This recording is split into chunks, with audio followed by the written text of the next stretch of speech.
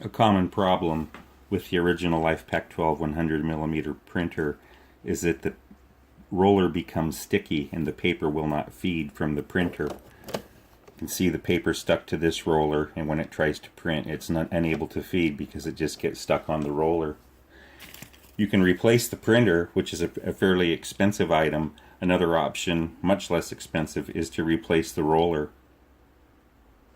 In order to do this, you'll need a very small slotted screwdriver, and if the screwdriver is not quite small enough, another Allen wrench or similar tool. To start, remove the printer paper.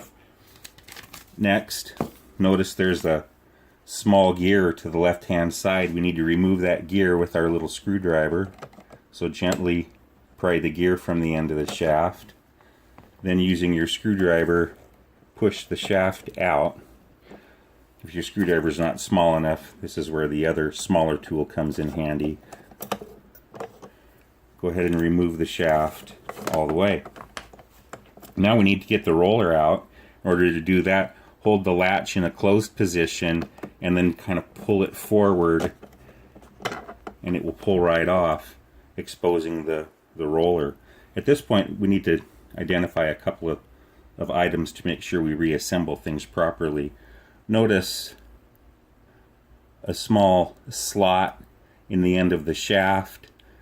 We also have a flat in the very end of the shaft. And on the opposite end of the shaft, we have a slot for a screwdriver. So this slot in the end of the shaft needs to engage with this tang on the inside of the roller, so that needs to be positioned over to the left. Reinstall the latch. Sometimes this can be a little bit tricky.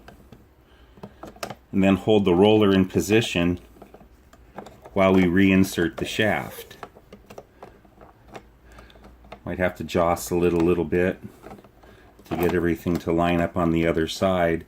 Now, using your screwdriver, engage the slot in the shaft, and as you hold the roller in place, hold the roller until you turn the shaft and feel that little slot engage with the tang. Next, continuing to hold the shaft with your screwdriver, I usually turn it so that the flat side is up. Get my gear flat side. The flat side of the gear needs to go onto the flat side of the shaft.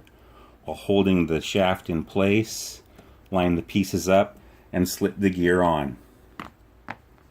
At that point, we're pretty much finished.